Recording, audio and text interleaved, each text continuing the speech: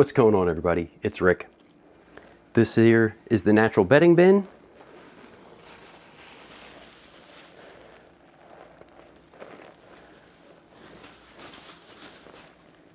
So see what's going on. Got a couple worms hanging out on the bubble wrap. Oh man. I see that guy. He's got a swollen clitellum there. Might have had like a little orgy or something going on here. Well, so what I like to do is, I see this kind of drier material. I just want to scoop that over this way because that can get incorporated into the feeding area. And let me just see, because this side's still pretty damp. There's still kind of a bunch of worms over here. I'm really ready to try to harvest this, but there's so many worms. I'm gonna basically either have to harvest and bait them out or put it into another bin and then really try to separate the castings. Because like this bin, every inch of it's just about loaded with worms right now.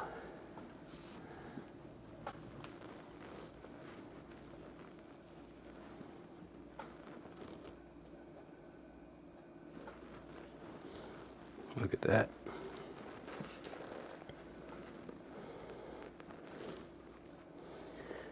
Those asparagus stems tend to stick around for a long time.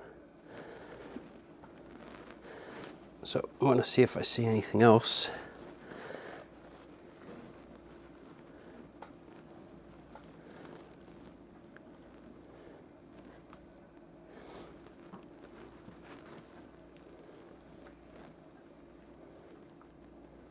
Just a bunch of the asparagus ends. Maybe just a little bit of the pulp, but nothing too crazy.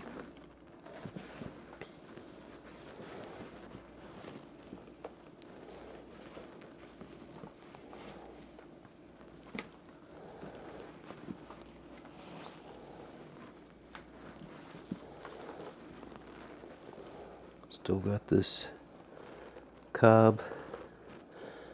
There's a little roly-poly hanging out in there. Nothing much to it. It just kind of separates and falls apart pretty easily now.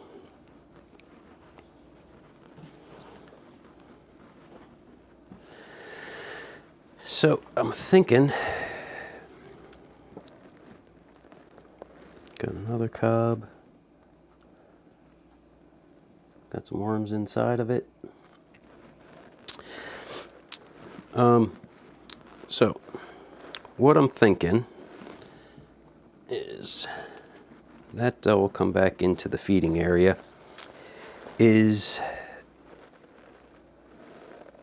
with this, keep trying to get it closer and closer to this side, so hopefully this side can dry out a bit more. But I'm really loving the way it's looking. And like I said, every time I grab, it's just loaded with worms.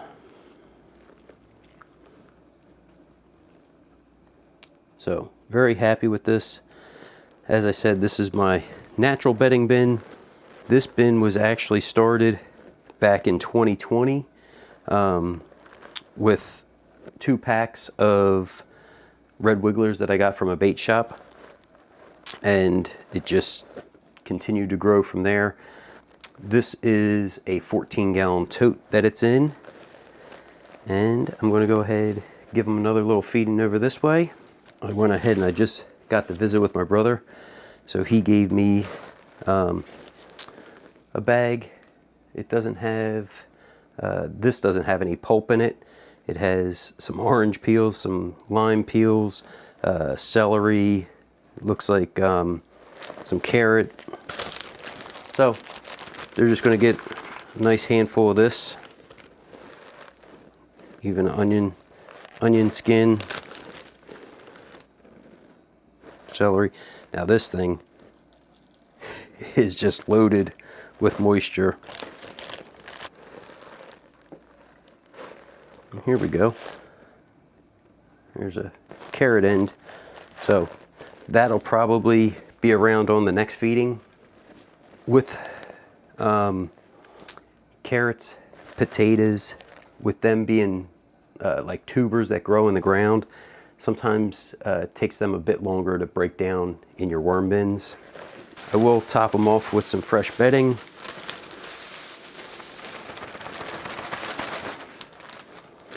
And with this being the natural bedding bin, it's leaves.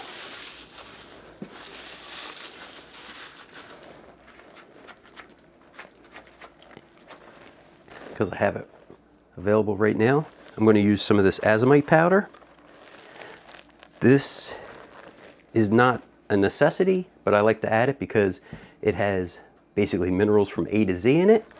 And this was from a volcanic ash deposit in Utah. So they bag it up. I believe they do sell some small bags of it, but typically I buy, it's like a 44-pound bag, and use that also in the garden as a garden amendment.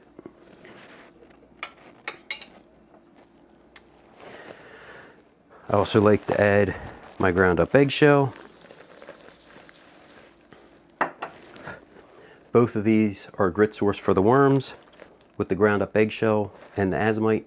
As the worms take little bites and then continue to wiggle through the bin, that helps to digest and break their food down because they don't have teeth. They have the crop and a gizzard, similar to a bird.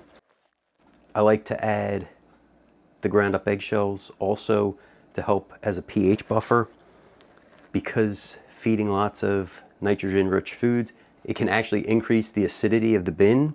Or if say you add peat moss. Peat moss is a very acidic amendment. Peat moss typically straight out of a bag is, I think, a pH of around 4, 4.5. So adding the eggshells actually helps to buffer the pH and help start bringing it back closer to 7. With straight peat moss, it's going to take more than just the little bit that I added in there to actually have a real noticeable effect. But with this, I continually add ground up eggshell with every feeding. So this helps to keep amending this castings in the vermicompost.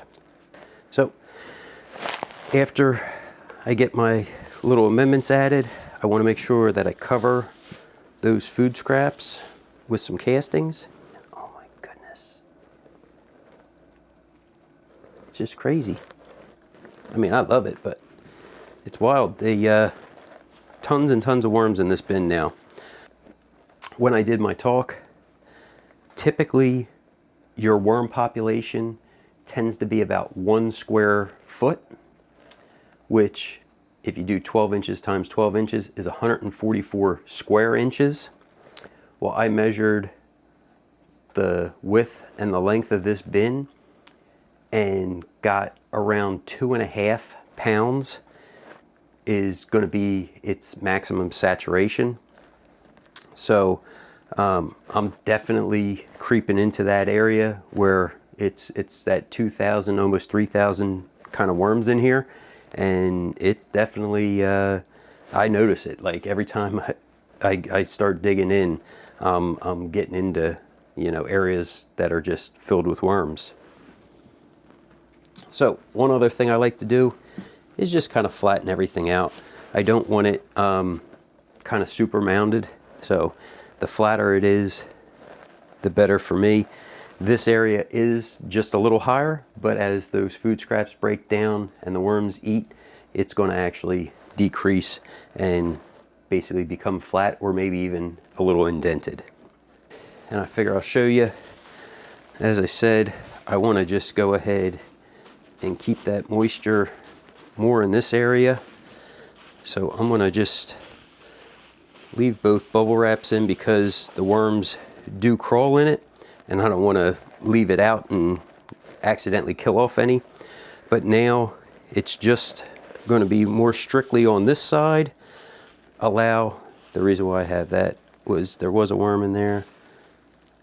It looks like they're gone now. So with that, I can just kind of move that guy over here. Now, hopefully keeping that moisture right in this area, allow this side to dry out just a little bit more, and then I'm hoping in the next week or two I can get a nice harvest in this bin. If you guys have any questions, make sure you drop them down in the comments. Thanks for coming along, checking out the video. Everybody have a great day.